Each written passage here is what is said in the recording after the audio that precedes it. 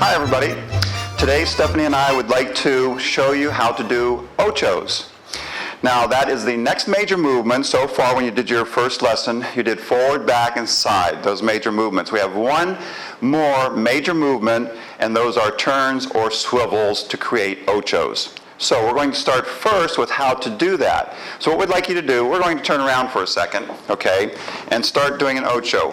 We want everybody to turn a little bit to the left and take a step with their right foot. Okay, so we're going to swivel. Ocho means figure eight. We're going to make a figure eight on the floor. Now everybody swivel on your right foot, like that, and step forward on your left. And then swivel on that one. Here we go again. Step, swivel, left foot, swivel. Right foot, swivel, left foot, swivel. Right foot, swivel, left foot, swivel. Right foot, swivel, left foot, swivel. Very good. Now, there are a few things happening here that make it easy and make it dance. First of all, when you come forward in dancing, sometimes people come forward with a ball of the foot. That's okay if you're taking small steps, but tango moves a little bit more. So most of the people dance now hit a heel first. So when you come forward, hit your heel first. Now, it doesn't mean turn your toe way up high. Okay, that would look funny. So your foot can go out, but when you hit it, make sure you hit the heel first with the toe slightly up, then roll onto the foot, then to the ball, then to the toenail. Okay, so when we come here with our front foot, we'll go with the heel, and when we swivel, do not pop up in the air. That's the first thing that your body will try to do. That's what the untrained dance body does. We train it to get better rhythm and better balance by staying down. So when you swivel, even though you're on the ball of the foot, your heel should draw against the ground and just slide lightly against the ground, okay? Now it brings us to another thing. In tango, when we dance, every step we take, we collect. Now what collecting means is we collect all of our weight onto that foot and we actually sink into the ground a little bit. So I'm going to exaggerate it for a second. Oh, one. Okay, so actually my body's breathing in and out of the ground. Now it gives us a better rhythm and it gives us a much better balance, and that's happening during the ochos. So we come in here, we're going to go step, and we're going to sink as we're swiveling. I'm exaggerating so that you can see it. When you do it, sink a little bit so that nobody can see it, but you know what's going on inside your body. So here we go again. We're going with the heel, step lower, a lower. A lower. We push off the right foot and then lower. We push off the left, lower on the right. Push lower, and lower, and lower, and lower. That's collecting. That's not just happening in the ochos. That's happening every time you take a step.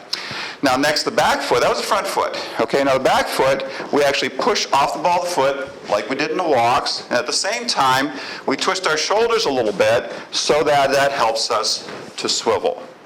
Okay, so push your shoulder. Another real good exercise is we want to float our elbows. And you see the ballerinas do this. The reason they do it is because it balances the body very well. Now, when we do that, it'll help if you turn your body into your left elbow without moving your hands, okay? So we want to get away from being real rigid, okay? We don't want to go around like a robot. We want to take apart all the pieces of our body so that they can dance to the music. So you're here. Turn your body into your left elbow. Turn your body into your right elbow. So you notice you can dance almost 180 degrees without moving your elbows or your arms. So your arms keep you very balanced so that you can max out your movement, your dance movement in your body. Plus, you're holding on to your partner here. So you don't want to be jerking your arms all over the place because you're knocking them off balance. So here with our arms still, we can get very clear leads and follows. So let's do that. Everybody turn into your left shoulder or elbow. Take a step and swivel into your right elbow. Step, swivel into your left elbow. Step, swivel into your right. Step, swivel, step into your right elbow. Step into your left. Now we're going to turn around so you'll be doing the same thing we're doing. Okay, so first, keep your elbow still, light, not stiff, real loose, okay? Turn your body into your left elbow. Step with your right foot. Step, turn your body into your right elbow. Step into your left elbow. Step into your right elbow. Step. That's it. Step. Swivel, step, swivel, step. Very good. Okay, so that's a very good one to practice because that's happening all the time no matter what you do in your dancing. The top line dance is totally different than the bottom. This is usually done for balance, connection to partners, and turns, and this is all our rhythm, all the rest of our dance going on down here. So now we're going to use the variation that we do with that. Stephanie's going to face me. She'll be doing the ladies' part. I'll do the guys' part. Now we're going to start with the back step. We're going to do it separately for a second. Okay, so we're going to step and step, side, walk, walk. She does cruzada. Now here's where she does the ochos. The guy stays. Once, twice, stop. Now right here, we're going to displace. Tango is the only dance in the world where we actually displace. Now displace means I'm going to take her space, she's going to take mine. I'm going to do that by stepping to her back foot with my left foot. As she swivels, then I come together as she swivels back in front of me, and we do our resolution. Okay?